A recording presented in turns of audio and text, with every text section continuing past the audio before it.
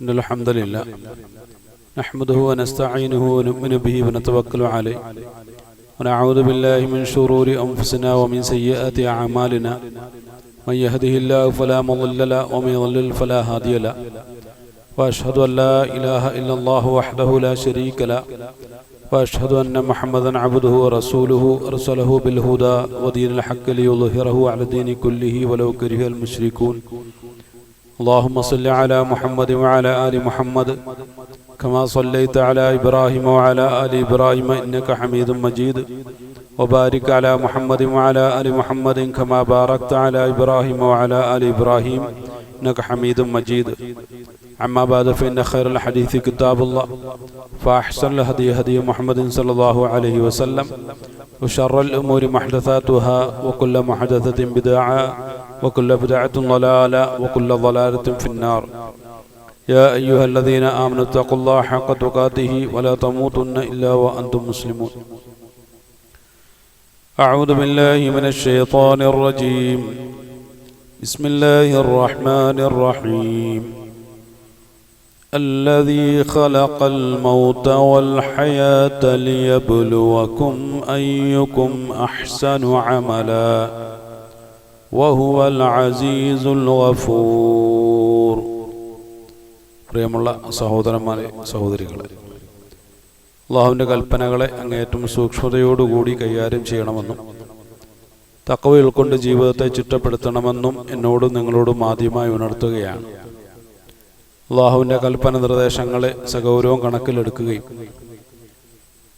അവകളെ ജീവിതത്തിൽ പ്രായോഗികവൽക്കരിക്കുകയും അല്ലാഹുവിൻ്റെ തൃപ്തിയോടുകൂടി അവസാന നിമിഷം വരെ ജീവിക്കുവാനും അതേ നിലയിൽ തന്നെ ഒരു മുവഹിദായി, മുത്തഖിയായി, മുഹ്സിനായി, മുസ്ലിമായി അല്ലാഹുവിൻ്റെ അടുക്കിലേക്ക് യാത്ര ചെയ്യാനുള്ള വലിയ സൗഭാഗ്യം നൽകി നമ്മെ ഏവരെയും അല്ലാഹു അനുഗ്രഹിക്കുമാറാകട്ടെ. വിശുദ്ധ ഖുർആനിലെ 67-ാമത്തെ സൂറത്തുൽ മുൽക്കിന്റെ 2-ാമത്തെ ആയത്തിലൂടെ അല്ലാഹു സുബ്ഹാനഹു തആല മനുഷ്യ ജീവിതം എന്നതിനെ ഹ്രസ്വമായ വാക്കുകളിലൂടെ വ്യാഖ്യാനിക്കുകയാണ്. അഊദു ബില്ലാഹി മിനശ് ശൈത്വാനിർ റജീം അല്ലദീ ഖലഖൽ മൗത വൽ ഹയാത ലിയബ്ലുവക്കും അയ്യുക്കും അഹ്സനു അമലൻ വഹുവൽ അസീസുൽ ഗഫൂർ. അല്ലാഹു സുബ്ഹാനഹു തആല അനുഗ്രഹീതനാണ്. എല്ലാ കാര്യങ്ങളുടെയും നിയന്ത്രണം അവന്റെ കൈകളിലാണ്. അവൻ കണക്കാക്കിയതിൻ്റെ അടിസ്ഥാനത്തിലാണ് ലോകകർമ്മങ്ങൾ മുന്നോട്ട് പോകുന്നത് എന്ന ആശയത്തെ മുൻനിർത്തിക്കൊണ്ട് അല്ലാഹു സുബ്ഹാനഹു തആല നമ്മോട് സംസാരിച്ചതിന് ശേഷം അവന്റെ വളരെ പ്രധാനപ്പെട്ട ഒരു പ്രത്യേകതയായി പറയുന്നത് അവൻ ജീവിതത്തെയും മരണത്തെയും സൃഷ്ടിച്ചവനാണ്. അത് തീർച്ചയായും നിങ്ങളെ പരീക്ഷിക്കുവാൻ വേണ്ടിയിട്ടാണ്. നിങ്ങൾ ഏറ്റവും അഹ്സനായിട്ടുള്ള അമലുകൾ ചെയ്യുന്നത് ആരാണ് എന്ന് നോക്കിക്കാണുന്നതിന് വേണ്ടി. പലപ്പോഴും ജീവിതം എന്താണ് എന്നുള്ളതിനെ വ്യാഖ്യാനിക്കുന്ന വിഷയത്തിൽ മുസ്ലിം ലോകത്ത് ശരിയായ ഒരു കാഴ്ചപ്പാട് പലപ്പോഴും നമുക്ക് മനസ്സിലാക്കാനുള്ള അവസരങ്ങൾ വളരെ കുറവാണ്. ആധുനികരായ ഫിലോസഫിയിലും ശാസ്ത്രത്തിലുമൊക്കെ അല്ലെങ്കിൽ സാഹിത്യത്തിൻ്റെയൊക്കെ മേൻപൊടി ചേർത്തുകൊണ്ട് പല നിലയ്ക്കുമുള്ള വ്യാഖ്യാനങ്ങൾ ജീവിതത്തെക്കുറിച്ച് മുന്നോട്ട് വയ്ക്കാറുണ്ട്. എന്നാൽ ഇസ്ലാമിനെ സംബന്ധിച്ചിടത്തോളം എങ്ങനെയാണ് ഒരു ഇസ്ലാമിക ജീവിത കാഴ്ചപ്പാട്? പലപ്പോഴും ഇസ്ലാം എന്താണ് എന്നറിയാത്ത മുസ്ലിമീങ്ങൾ, അതാണ് മുസ്ലിമീങ്ങൾ അനുഭവിക്കുന്ന, അല്ലെങ്കിൽ മുസ്ലിം ലോകം അനുഭവിക്കുന്ന ഏറ്റവും വലിയൊരു പ്രതിസന്ധി എന്നുള്ളത്. ഇസ്ലാം അറിയാത്ത മുസ്ലിമീങ്ങൾ എന്ന് പറയുമ്പോൾ പരമ്പരാഗതമായി മുസ്ലിം മാതാപിതാക്കളുടെ മക്കളായി ജന്മം കൊള്ളുക വഴി മുസ്ലിമായി തീരുന്ന ഒരവസ്ഥ. അപ്പോൾ ഇസ്ലാം എന്താണ് എന്നറിയാത്ത ഇത്തരം മുസ്ലിമീങ്ങളെ സംബന്ധിച്ചിടത്തോളം ഇസ്ലാമികമായ ജീവിത കാഴ്ചപ്പാടുകളെക്കുറിച്ചും കൃത്യമായൊരു ധാരണ ഉണ്ടാകണമെന്ന് നിർബന്ധമില്ല. എന്താണ് ജീവിതമെന്ന് ചോദിച്ചാൽ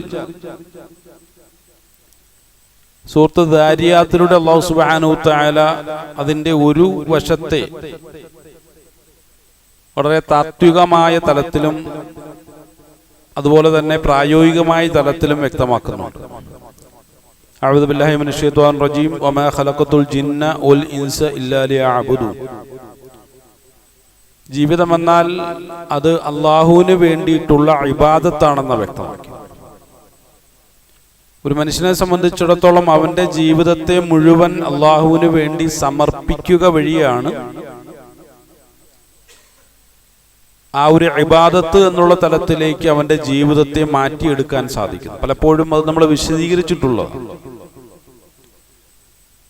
അങ്ങനെയെങ്കിൽ ജീവിതം ആരുടേതാണ്, ആർക്കാണ് ഉള്ളത് എന്ന് ചോദിച്ചാൽ ഒരേ ഒരു മറുപടി മാത്രമേ ഉള്ളൂ, ലില്ലാഹി തആല. ഇതെന്റെ അള്ളാഹ്ക്ക് വേണ്ടിയിട്ടുള്ളത് മാത്രമാണ്. സൂറത്തുൽ അൻആമിലെ 163, 64 ആയത്തുകൾ പലപ്പോഴും നമ്മൾ വിശദീകരിച്ചിട്ടുള്ളതാണ്. എന്നാലും നമ്മുടെ വിഷയത്തോട് ചേർത്ത് വെച്ചുകൊണ്ട് ഒന്നുകൂടി നമ്മൾ അതിനെ പരിശോധിക്കുമ്പോൾ അഊദു ബില്ലാഹി മിനശ് ശൈത്വാനിർ റജീം ഖുൽ ഇന്ന സ്വലാത്തി വനുസുകി വമഹ്യായ വമമാതി ലില്ലാഹി റബ്ബിൽ ആലമീൻ ലാ ശരീക ലഹു വബിദാലിക ഉമിർതു വഅന അവ്വലുൽ മുസ്ലിമീൻ. ഒരു ഒന്നാം തരം മുസ്ലിം എന്നുള്ള നിലയ്ക്ക് എൻ്റെ ജീവിതത്തിലുള്ള ഒരു കാര്യത്തിലും ആർക്കും യാതൊരു ഇടപെടലുകളുമില്ല എന്നുള്ളതാണ്. എനിക്ക് പോലും ഇടപെടലില്ല. അത്രത്തോളം ലില്ലാഹി റബ്ബിൽ ആലമീൻ, അള്ളാഹുവിന് വേണ്ടി മാത്രമായി എൻ്റെ ജീവിതത്തെ സർവസ്വവും ഞാനിതാ സമർപ്പിച്ചിരിക്കുകയാണ്. അങ്ങനെ ഒരു മാനസികമായ തലത്തിലേക്ക്, ആ ഒരു ഉൾക്കൊള്ളലിലേക്ക് സമ്പൂർണമായി ഒരു മനുഷ്യനെത്തുമ്പോൾ അവനെ നമുക്ക് മുസ്ലിം എന്ന് വിളിക്കാം. സൂറത്തുൽ ബഖറയിലെ മറ്റൊരു ആയത്ത്, അഊദു ബില്ലാഹി മിനശ് ശൈത്വാനിർ റജീം, യാ അയ്യുഹല്ലദീന ആമനൂ, മുഅ്മിനീങ്ങളെ, ഉദ്ഖുലൂ ഫിസ്സിൽമി കാഫ, സമ്പൂർണമായും നിങ്ങൾ സിൽമിൽ പ്രവേശിക്കണം. ശേഷം പരിശോധിച്ചു നോക്കുമ്പോൾ പിശാചിന്റെ കാലടിപ്പാടുകളെ, വലാ തത്തബിഉ ഖുതുവാതു ശൈത്വാൻ, പിശാചിന്റെ കാലടിപ്പാടുകളെ പിൻപറ്റാൻ പാടില്ല. ജീവിതം എന്നുള്ളത് അള്ളാഹുവിന് വേണ്ടി മാത്രമായി സമർപ്പിക്കുമ്പോൾ എല്ലാം അള്ളാഹുവിന് വേണ്ടിയിട്ടുള്ളതാണ്. എൻ്റെ സുഖം, എൻ്റെ ദുഃഖം, എൻ്റെ സന്തോഷം, എൻ്റെ വേദനകൾ, എൻ്റെ മനപ്രയാസങ്ങൾ, എൻ്റെ പുഞ്ചിരി എന്ന് തുടങ്ങി എൻ്റെ ജീവിതത്തിലുള്ള സർവസ്വവും ഞാൻ അള്ളാഹുവിന് വേണ്ടി മാത്രമാക്കി മാറ്റുമ്പോഴാണ് എന്നെ മുസ്ലിം എന്ന് വിളിക്കാൻ കഴിയുക. അതല്ലാത്ത കാലത്തോളം ഞാൻ ഒരിക്കലും മുസ്ലിം അല്ല. ചിലപ്പോൾ മുസ്ലിം എന്ന പേരിൽ അറിയപ്പെടുന്ന മുനാഫിഖായിരിക്കാം, അല്ലെങ്കിൽ മുസ്ലിം എന്ന പേരിൽ അറിയപ്പെടുന്ന ഒരു കാഫിർ ആയിരിക്കാം. കാരണം പലപ്പോഴും പല സംഗതികളെയും ഞാനിങ്ങനെ നിഷേധിച്ചുകൊണ്ടിരിക്കുമല്ലോ. അല്ലെങ്കിൽ മുസ്ലിം എന്ന പേരിൽ അറിയപ്പെടുന്ന മുശ്രിക്കായിരിക്കാം. ഏതുമാകാം. ഞാനൊരു മുസ്ലിം ആകണമെങ്കിൽ എന്ത് വേണം എന്നുള്ളതിനെ കുറിച്ചാണ് അള്ളാഹു ഇത്രയും ആയത്തുകളിലൂടെ വ്യക്തമാക്കിയത്. ഞാനൊരു മുസ്ലിം ആകണമെങ്കിൽ എൻ്റെ ജീവിതം സർവസ്വവും ഞാൻ അള്ളാഹുവിന് വേണ്ടി സമർപ്പിച്ചവനായിരിക്കണം എന്നുള്ളതാണ്. അല്ല എങ്കിൽ ഞാനൊരു മുസ്ലിം അല്ല എന്ന ഖുർആൻ പറയും. അങ്ങനെയെങ്കിൽ എന്താണ് ജീവിതം? ആ നിലയ്ക്കൊരു മുസ്ലിമാണ് നീ എങ്കിൽ നിന്റെ ജീവിതം എന്നുള്ളത് എന്താകണം? ഇവിടെ അള്ളാഹു പറയുന്നു, ഹയാത്തും അതുപോലെ തന്നെ മൗത്തും സൃഷ്ടിച്ചവൻ അള്ളാഹുവാണ്. ഒരു മനുഷ്യന്റെ ജീവിത കാലയളവ് നിശ്ചയിച്ചിട്ടുള്ളത് അള്ളാഹുവാണ്. എന്തിനു വേണ്ടിയിട്ടാണെന്നറിയുമോ? ലിയബ്ലുവക്കും, നിങ്ങളെ പരീക്ഷിക്കാൻ വേണ്ടിയിട്ടാണ്. ഏത് നിലയ്ക്കുള്ള പരീക്ഷണമാണ്? അയ്യുക്കും അഹ്സനു അമല, ഏറ്റവും ഇഹ്സാനോടുകൂടി അമൽ ചെയ്യുന്ന ആളുകൾ നിങ്ങൾക്കിടയിൽ ആരാണ് എന്ന് പരീക്ഷിക്കുന്നതിന് വേണ്ടിയിട്ടാണ്. ഇഹ്സാനോടുകൂടി ഉള്ള അമൽ എന്ന് പറഞ്ഞാൽ എന്താണ്?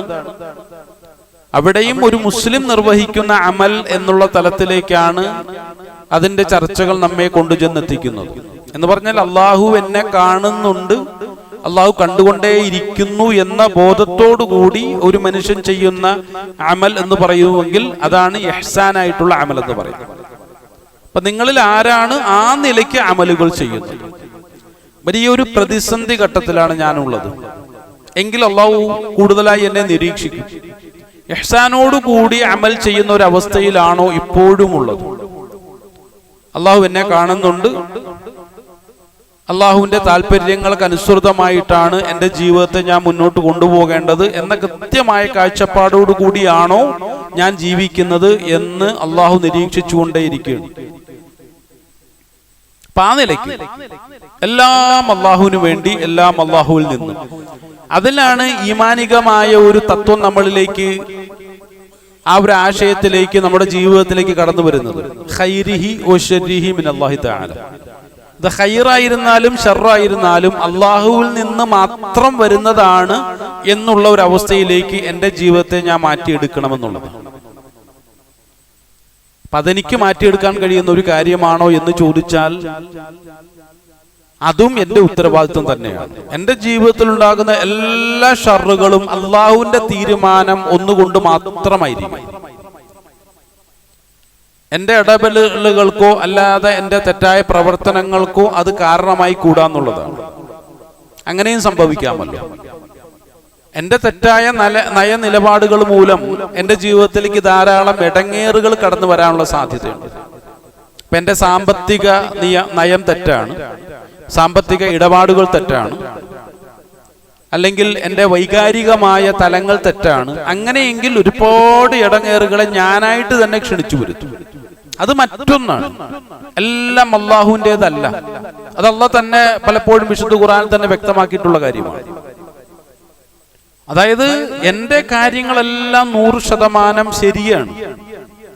ആ നിലയ്ക്ക് എന്തൊക്കെ ഇടങ്ങേറുകൾ വന്നാലും അതെന്റെ പ്രവൃത്തികളുമായിട്ടോ എൻ്റെ നയങ്ങളുമായിട്ടോ യാതൊരു ബന്ധവും ഇല്ലാത്ത വിധം എല്ലാം അള്ളാഹുവിൻ്റെത് മാത്രമായിരിക്കണം.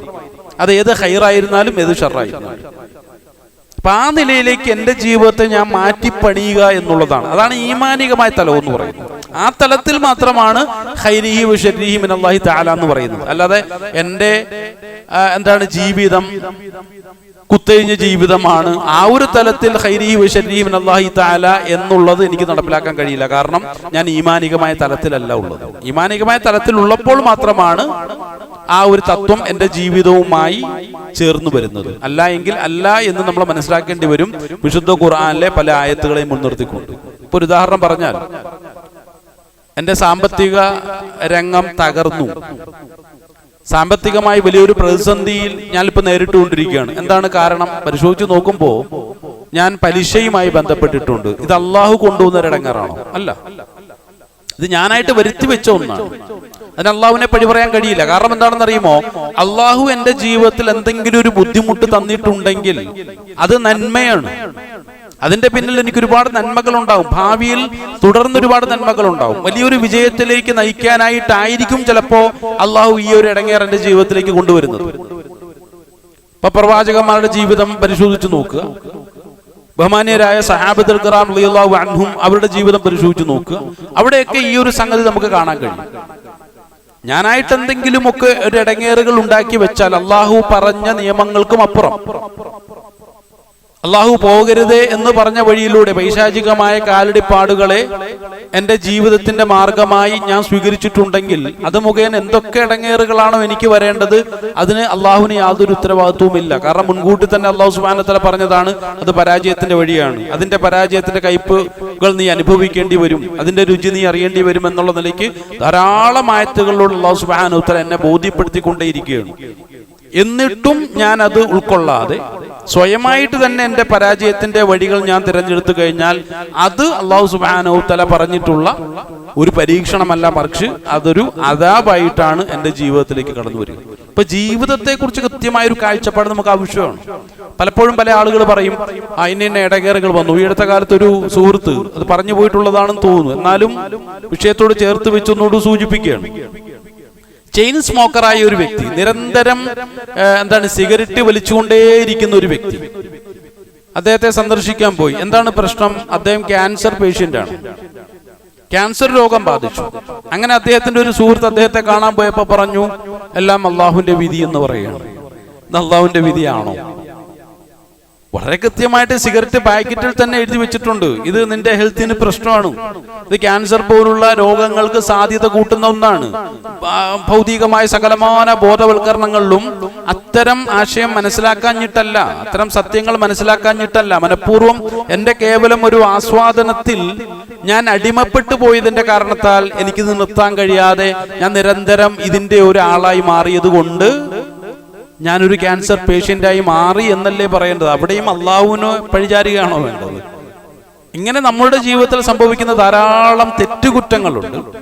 ആ തെറ്റുകുറ്റങ്ങളെ തുടർന്ന് ഏതൊക്കെ ഇടങ്ങേറുകളാണോ വരുമെന്ന് ഖുർആൻ നമ്മോട് വാഗ്ദാനം ചെയ്തിട്ടുള്ളത്, ആ ഇടങ്ങേറുകളെയൊക്കെ നമ്മൾ അഭിമുഖീകരിച്ചേ പറ്റൂ എന്നുള്ളത് ഒരു ജീവിത നിയമമാണ്.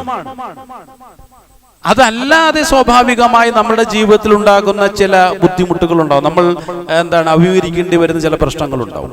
അതിനെ വേർതിരിച്ച് തന്നെ നമ്മൾ മനസ്സിലാക്കണം. ഇല്ലെന്നുണ്ടെങ്കിൽ കുറെ വിഡ്ഢിത്തങ്ങൾ ജീവിതത്തിൽ പുലമ്പിക്കൊണ്ടേയിരിക്കേണ്ട ഒരു ഗതികെട്ട അവസ്ഥയിലേക്ക് ഒരു മുസ്ലിമിന്റെ ജീവിതം അടിക്കടി മാറിക്കൊണ്ടേയിരിക്കും. പലപ്പോഴും അള്ളാഹുവിനെ തന്നെ പഴി പറയുന്ന ഒരു ഗതികേടിലേക്കായിരിക്കും പിശാച് അതുവഴി അവനെ കൊണ്ടു ചെന്നെത്തിക്കുക. അതുകൊണ്ട് എന്റെ ജീവിതത്തിൽ ഉണ്ടായ ഇടങ്ങേറുകൾക്ക് കാരണം എന്താണ്? സാമ്പത്തിക തകർച്ചയ്ക്കുള്ള കാരണം എന്റെ തെറ്റായിട്ടുള്ള സാമ്പത്തിക നയങ്ങളാണോ? എന്റെ കുടുംബം തകർന്നു പോകാനുള്ള കാരണം തെറ്റായിട്ടുള്ള എന്റെ കുടുംബത്തോടുള്ള നയങ്ങളാണോ? എന്റെ സാമൂഹിക രംഗത്ത് ഞാൻ ഒറ്റപ്പെട്ടു പോകാനുള്ള കാരണം സാമൂഹിക രംഗത്ത് ഞാൻ നിർവഹിക്കേണ്ട ഉത്തരവാദിത്തങ്ങൾ നിർവഹിക്കാത്തതിന്റെ പേരിലാണോ? ഇത് നമ്മൾ പരിശോധിച്ചു നോക്കണം. അവിടെ എന്തെങ്കിലും പോരായ്മകൾ ഉണ്ടെങ്കിൽ അള്ളാഹ് പറയുന്നു അത് തിരുത്തണം. ആ തിരുത്തി കഴിഞ്ഞാൽ ആ പ്രശ്നങ്ങൾ പരിഹരിക്കപ്പെടും എന്നുള്ളതാണ്. ഇനി വളരെ ശരിയായിട്ടുള്ള ഒരു ജീവിത ശൈലിയാണ് എൻ്റെ ജീവിതമായി ഞാൻ സ്വീകരിച്ചിട്ടുള്ളത്, എന്നിട്ടും ചില ഇടങ്ങേറുകളെ എനിക്ക് അഭിമുഖീകരിക്കേണ്ടി വന്നു കഴിഞ്ഞാൽ അതെന്റെ മാത്രം തെറ്റാണ്. അവിടെ അള്ളാഹ് പറയുന്നു നീ നിന്റെ തെറ്റ് തിരുത്തിയിട്ട് വാ. ഒരു ഉദാഹരണം പറഞ്ഞാൽ അതിന്റെ പേരിൽ പല രൂപത്തിലുള്ള ഭൗതികമായിട്ടുള്ള ബുദ്ധിമുട്ടുകളെ നമ്മൾ നേരിടേണ്ടി വരും. കാരണം അവിടെയാണല്ലോ ഇപ്പൊ നൂഹ് നബി അലൈഹി സ്വലാം അടക്കമുള്ള പ്രവാചകന്മാർ വന്നിട്ട് സ്വന്തം അനുയായികളെ ബോധ്യപ്പെടുത്തുന്നത്, നിങ്ങൾ എന്തെങ്കിലും തെറ്റ് ചെയ്തിട്ടുണ്ടെങ്കിൽ അതിന് അള്ളാഹുവിനോട് മാപ്പ് ചോദിക്കണം, ഏറ്റവും ശരിയായ വഴികൾ നിങ്ങൾ സ്വീകരിക്കുകയും ചെയ്യണം. എങ്കിൽ അള്ളാഹു സുബ്ഹാനഹു വ തആല എന്ത് ചെയ്യും? നിങ്ങളുടെ ജീവിത മാർഗങ്ങൾ നന്നാക്കി തരും, ധാരാളം ജീവിത വിഭവങ്ങൾ നൽകുകയും ചെയ്യും. അതല്ലാത്ത കാലത്തോളം നിങ്ങൾ ആ ഇടങ്ങേറിൽ തന്നെ കഴിഞ്ഞുകൂടണം. ഇവിടെ പടച്ചവനെ പഴി പറഞ്ഞിട്ട് യാതൊരു കാര്യമില്ല. പലപ്പോഴും ആളുകൾ ചോദിക്കാറുണ്ട്, ഞാൻ എന്ത് തെറ്റ് ചെയ്തിട്ടാണ് എനിക്ക് ഇടങ്ങേറ് വന്നുകൂടിയത്? പിന്നെ നമ്മളൊരു തെറ്റ് ചെയ്താൽ മാത്രമേ ഇടങ്ങേറുകൾ വരൂ എന്ന് ഖുർആൻ എവിടെയെങ്കിലും പറഞ്ഞിട്ടുണ്ടോ? അതിന് റസൂലുള്ളാഹി സ്വല്ലല്ലാഹു അലൈഹി വസല്ലം എവിടെയെങ്കിലും പറഞ്ഞിട്ടുണ്ടോ? അങ്ങനെയെങ്കിൽ റസൂലുള്ളാഹി സ്വല്ലല്ലാഹു അലൈഹി വസല്ലം അഭിമുഖീകരിച്ച ബുദ്ധിമുട്ടുകളെ ലോകത്ത് ഏതെങ്കിലും ഒരു മനുഷ്യൻ അനുഭവിച്ചിട്ടുണ്ടോ? അതിനുമായി ഇബ്രാഹിം നബി അലൈഹി സ്വലാം അഭിമുഖീകരിച്ച പ്രശ്നങ്ങൾ, കുടുംബ പ്രശ്നങ്ങൾ, സാമൂഹിക പ്രശ്നങ്ങൾ, രാഷ്ട്രീയ പ്രശ്നങ്ങൾ ലോകത്ത് ഏതെങ്കിലും ഒരു മനുഷ്യൻ അനുഭവിച്ചിട്ടുണ്ടോ? ഇല്ല. അപ്പൊ ഈ പ്രശ്നങ്ങൾ എങ്ങനെ വന്നു എന്ന് ചോദിച്ചാൽ അത് ഞാനൊരു ഉറുമ്പിനെയും നോവിച്ചിട്ടല്ല, ഒരു ഉറുമ്പിനെയും ഞാൻ നോവിച്ചിട്ടില്ല, മറിച്ച് എന്റെ നയനിലപാടുകൾ ശരിയാണോ എന്ന് കുറച്ചുകൂടി അള്ളാഹുവിന് ഒന്ന് ബോധ്യപ്പെടണം, ലോകർക്ക് ബോധ്യപ്പെടണം. അതിനു വേണ്ടിയിട്ടാണ് പല നിലയ്ക്കുമുള്ള ബുദ്ധിമുട്ടുകളെ അഭിമുഖീകരിക്കേണ്ട സാഹചര്യം പ്രവാചകന്മാരുടെ ജീവിതത്തിൽ അള്ളാഹു വരുത്തിയിട്ടുള്ളത്, സഹാബത്തിന്റെ ജീവിതത്തിൽ കൊടുത്തിട്ടുള്ളത്. ഒന്ന് രണ്ട് ഉദാഹരണങ്ങൾ നമുക്കൊന്ന് പരിശോധിച്ചു നോക്കാം. ഇപ്പൊ ജീവിതത്തിൽ ഒരുപാട് യുദ്ധരംഗങ്ങളെ തരണം ചെയ്യേണ്ടി വന്നിട്ടുള്ള അതിനവ റസൂലുള്ളാഹി സ്വല്ലല്ലാഹു അലൈഹി വസല്ലം സഹാബത്തും ആരാണ് എന്നുകൂടി നമ്മളൊന്ന് ചിന്തിച്ചു നോക്കണം. ഏതൊരു ദുആയ്ക്കും അല്ലാഹു സുബ്ഹാനഹു വ തആല ആ സമയത്ത് തന്നെ ഉത്തരം കൊടുക്കുന്ന മഹാനായ ഒരു നേതാവിന്റെ നേതൃത്വത്തിലാണ് ഇത്തരം യുദ്ധ രംഗത്തേക്ക് സഹാബകൾ കടന്നു വരുന്നത്. ഒന്നാമത്തേത് ഗസ്വത്തു ഉശൈറ എന്ന പേരിൽ അറിയപ്പെടുന്ന ഒരു യുദ്ധമുഖമാണ്. ആ ഒരു പശ്ചാത്തലത്തേക്ക് നമ്മൾ കടന്നു ചെന്നാൽ ഗസ്വത്തുൽ ഉശൈറ എന്നുള്ളത് ബദർ യുദ്ധത്തിലേക്ക് നയിച്ച ഒന്നാമത്തെ ഘടകമാണ്. എന്താണ് പ്രശ്നം?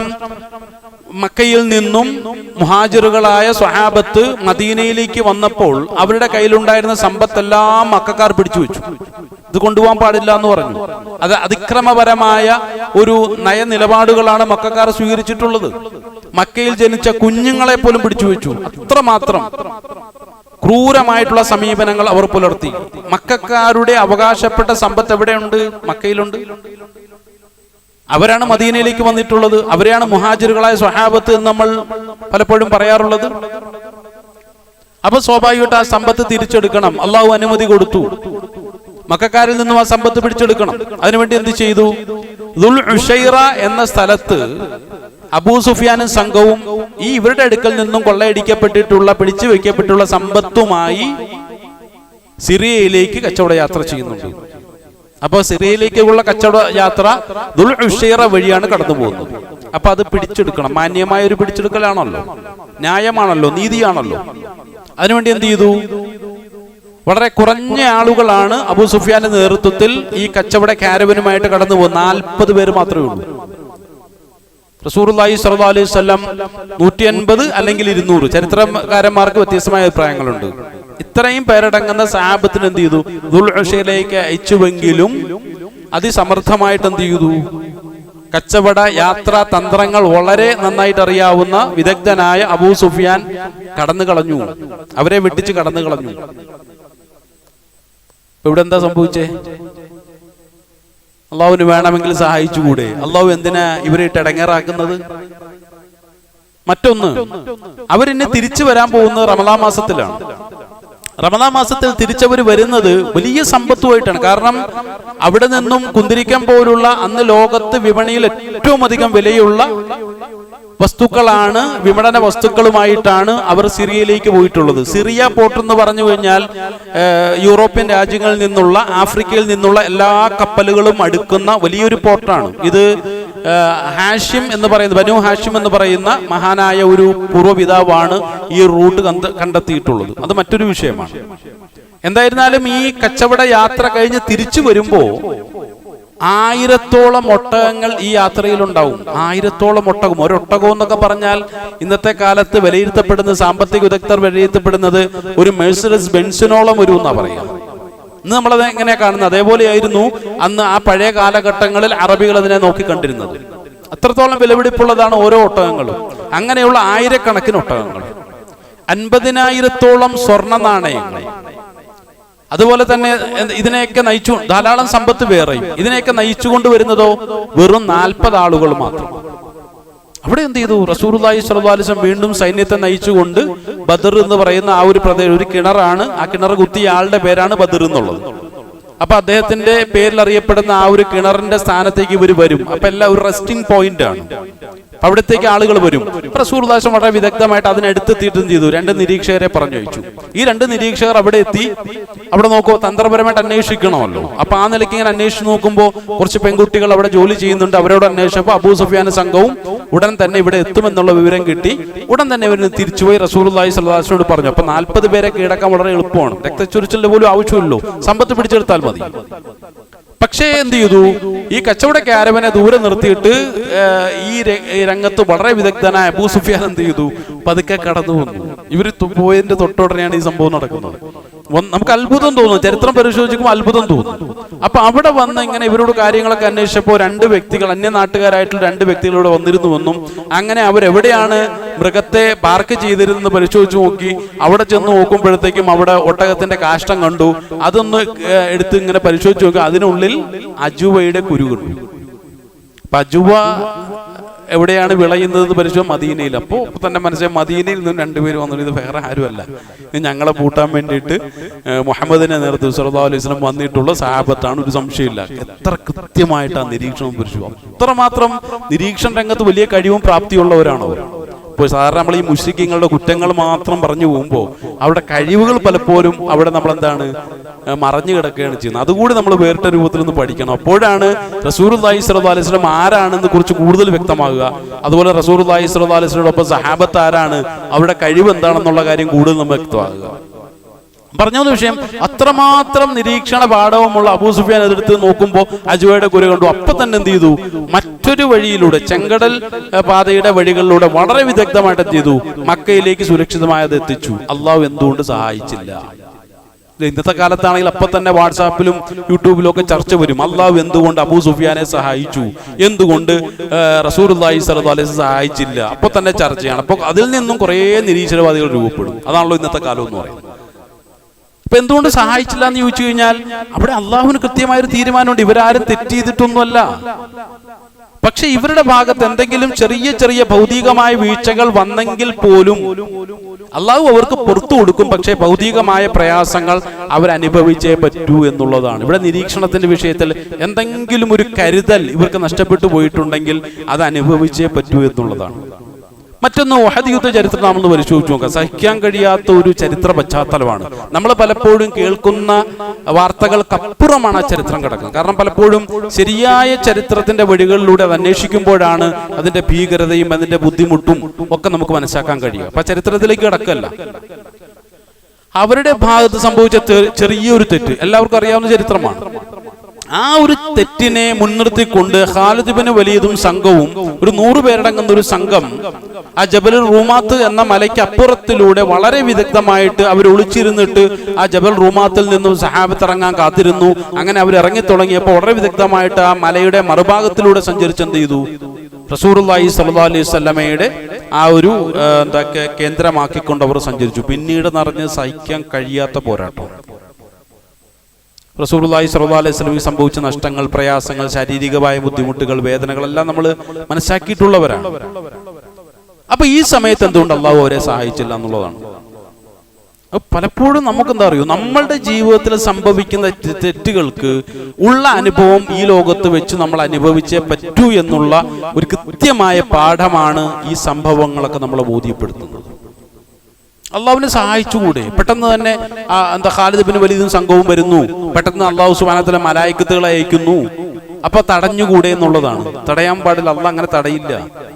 കാരണം ഇത് റസൂലുള്ളാഹി സ്വല്ലല്ലാഹു അലൈഹി വസല്ലമയുടെ നിർദ്ദേശവും ലംഘിച്ചുകൊണ്ട് നടന്ന ഒരു പ്രശ്നമാണ്. അപ്പോൾ ഒരു സുന്നത്തിനെ ലംഘിച്ചതിന്റെ പേരിൽ റസൂലുള്ളാഹി സ്വല്ലല്ലാഹു അലൈഹി വസല്ലമയുടെ ഒരു സുന്നത്തിനെ അല്ലെങ്കിൽ ഒരു നിർദ്ദേശത്തെ ഇവർ കാറ്റിൽ പറത്തിയതിന്റെ പേരിൽ സംഭവിക്കേണ്ട അനിവാര്യമായ ഒരു സംഭവമായിട്ടാണ് അതിനെ ചരിത്രകാരന്മാർ, നല്ല ഉലമാക്കൾ അതിനെ വീക്ഷിക്കുന്നത്. ആ ഒരു നിലയ്ക്കാണ് അതിനെ നിരീക്ഷിക്കുന്നത്. അപ്പൊ നാം ഒന്ന് പരിശോധിച്ചു നോക്കാം. എന്റെ ജീവിതത്തിൽ ഒരുപാട് പ്രശ്നങ്ങൾ എനിക്ക് അഭിമുഖീകരിക്കേണ്ടി വരുന്നു. ഇതിനുള്ള കാരണം എന്താണ്? ശരിക്കും എന്റെ ഭാഗത്ത് തന്നെ സംഭവിക്കുന്ന തെറ്റുകുറ്റങ്ങളാണോ? എന്തുകൊണ്ട് ഞാൻ പരിശോധിക്കുന്നില്ല?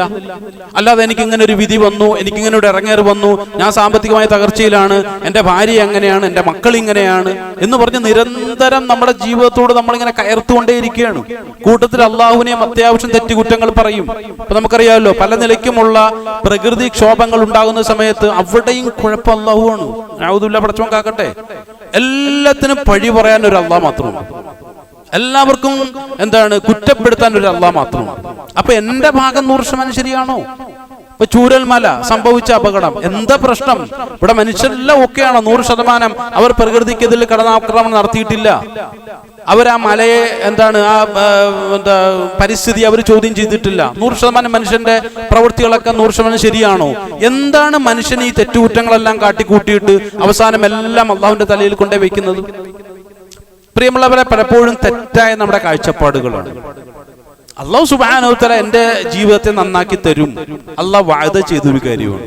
പക്ഷെ ഈ ലോകം എന്ന് പറഞ്ഞാൽ സുഖ ദുഃഖ സമ്മിശ്രമായിരിക്കും. അപ്പൊ ഞാൻ എന്താ ചെയ്യേണ്ടതെന്ന് ചോദിച്ചു കഴിഞ്ഞാൽ, എന്റെ ജീവിതം വളരെ കൃത്യതയുള്ള ഒരു ജീവിതമാണ്. എന്റെ നയങ്ങളിൽ നല്ല കൃത്യതയുണ്ട്, ശരിയായ രീതികളും കാര്യങ്ങളൊക്കെ ഉണ്ട്.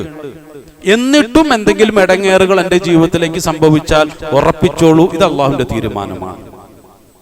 അള്ളാഹു എന്നെ ഇടങ്ങേറാക്കുന്നത് എന്തിനാണെന്ന് ചോദിച്ചാൽ, അള്ളാഹു ഖുർആനിലൂടെ വളരെ വ്യക്തമായ ഭാഷയിൽ പറഞ്ഞു, ഒരു ബുദ്ധിമുട്ട് നിന്റെ ജീവിതത്തിലേക്ക് ഞാൻ തരുന്നത് നിന്നെ ഒന്നുകൂടി എന്ത് ചെയ്യാൻ വേണ്ടിയിട്ടാണ്? ഏറ്റവും നല്ല രൂപത്തിൽ രൂപപ്പെടുത്താൻ വേണ്ടിയിട്ടാണ്. ഇപ്പൊ കടുത്ത അനുഭവങ്ങളിൽ വളരെ നല്ല കാഴ്ചപ്പാടോടുകൂടി മുന്നേറിയ ആളുകളെല്ലാം അവരുടെ ജീവിത കഥകൾ പറയുമ്പോൾ ഒരു കാര്യം വ്യക്തമാക്കും. എന്താണെന്നറിയുമോ? അന്ന് എന്റെ ജീവിതത്തിൽ അത് സംഭവിച്ച വളരെ നന്നായി, അതുകൊണ്ടാണ് എനിക്ക് ജീവിതത്തിന്റെ പുതിയ വഴികൾ തിരഞ്ഞെടുക്കാൻ സാധിച്ചത് എന്ന്. അങ്ങനെ പറയാത്ത വിജയിച്ച ഒരാളുമില്ല. അവരെപ്പോഴും അവരുടെ ജീവിതത്തിലുള്ള ബുദ്ധിമുട്ടേറിയ കൈപ്പേറിയ അനുഭവങ്ങളെ കുറിച്ച് കൂടുതൽ പരത്തി പറയാനായിരിക്കും ആഗ്രഹിക്കുക, ഇല്ലേ? അങ്ങനെയുള്ള ആളുകളുടെ പുസ്തകങ്ങൾ നമ്മൾ വായിച്ചിട്ടുണ്ടല്ലോ. എത്രമാത്രം പേജുകളാണ് അവരുടെ കൈപ്പേറിയ അനുഭവങ്ങൾക്ക് വേണ്ടി അവർ മാറ്റിവെച്ചിട്ടുള്ളത്. അല്ലെങ്കിൽ അത്തരം ഇന്റർവ്യൂ നമ്മൾ കണ്ടിട്ടുണ്ടാവുമല്ലോ.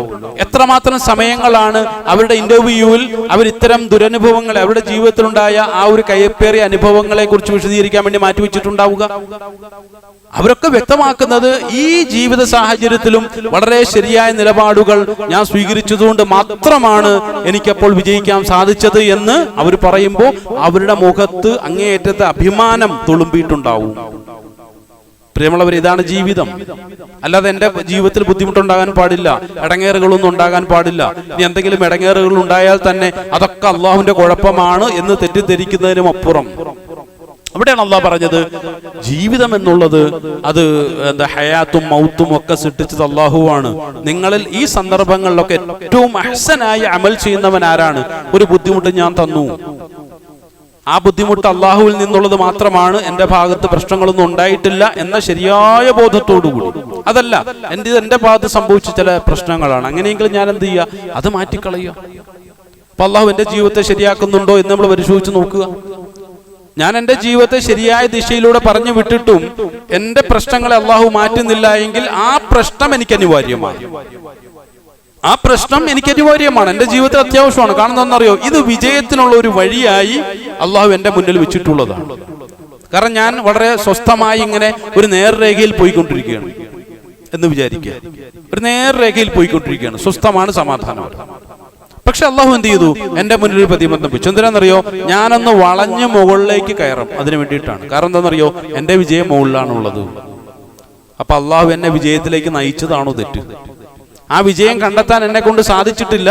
കാരണം ഞാൻ ഇവിടെ പടച്ചവനെ കുറ്റവും കുറവുകളൊക്കെ പറഞ്ഞ് ഇവിടെ ഞാൻ പരാതിക്കാരനായിട്ട് നിലകൊള്ളുകയാണ്. ഞാൻ മുകളിലേക്ക് കയറാൻ തയ്യാറാകുന്നില്ല.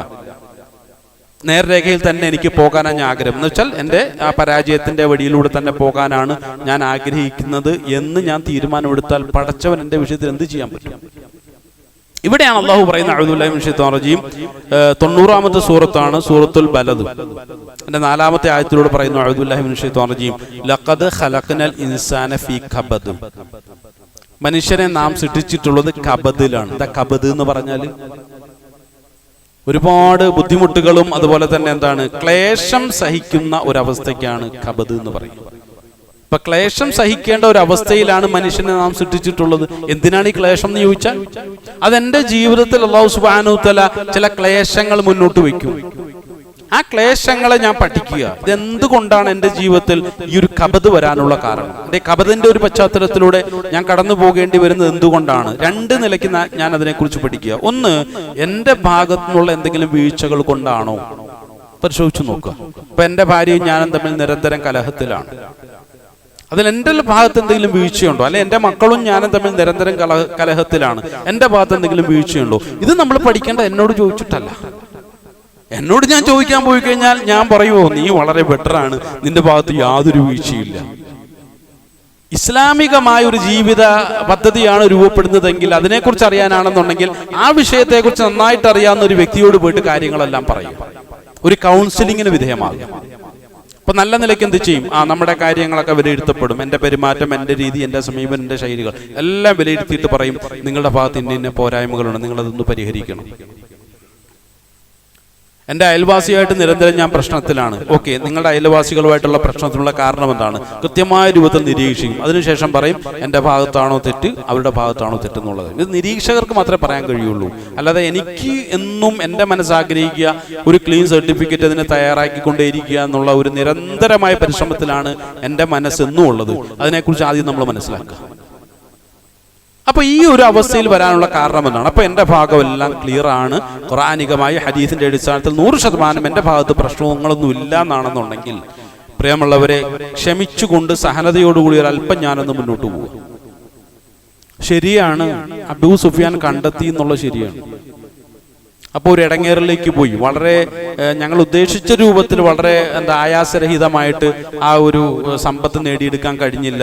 അല്ലാഹു സുബ്ഹാനഹു വ തആല ഉദ്ദേശിച്ച അതിനേക്കാൾ വലിയ നേട്ടമാണ്. നിങ്ങൾക്ക് മക്കയെ തന്നെ തിരിച്ചു പിടിക്കാൻ കഴിയും. നിങ്ങൾ എന്തിനാണ് മക്കയിലുള്ള ചെറിയ സമ്പത്തിനെ കുറിച്ച് മാത്രം ആലോചിക്കുന്നത്? മക്ക തന്നെ നിങ്ങൾക്ക് തിരിച്ചു പിടിക്കണ്ടേ?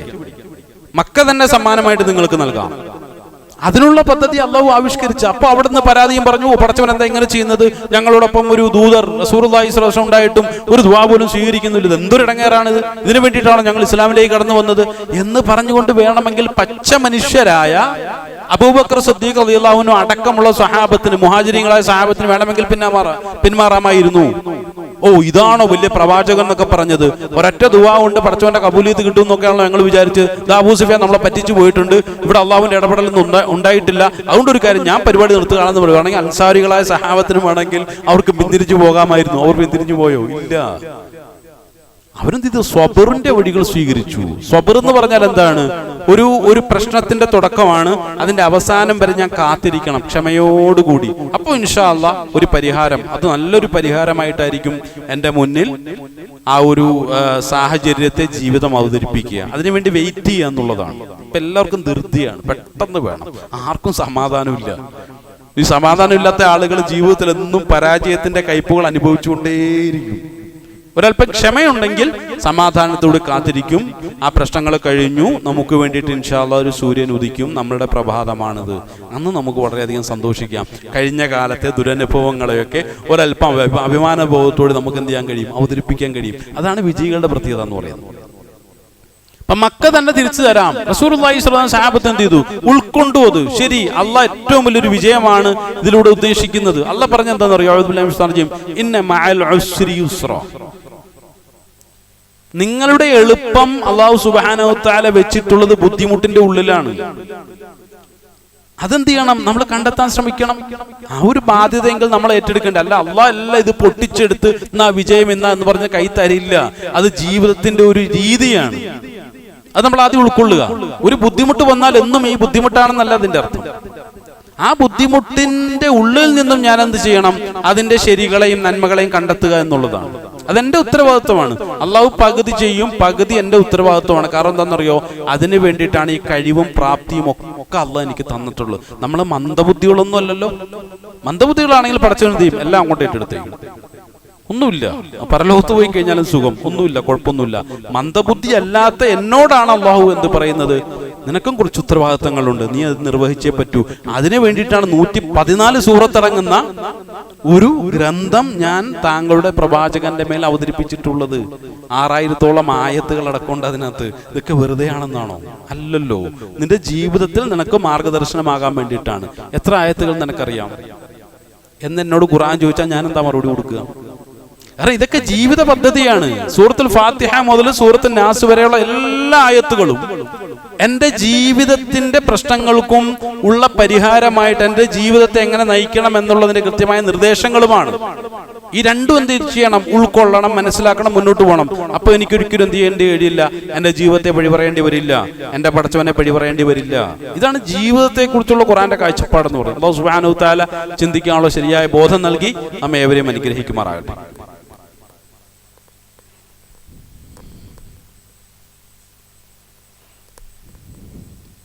അൽഹംദുലില്ലാഹി റബ്ബിൽ ആലമീൻ, സ്വലാത്തു വസ്സലാമു അലാ അസ്റഫിൽ മുർസലീൻ വഅലാ ആലിഹി വസഹ്ബിഹി അജ്മഈൻ, അമ്മാ ബഅദ്.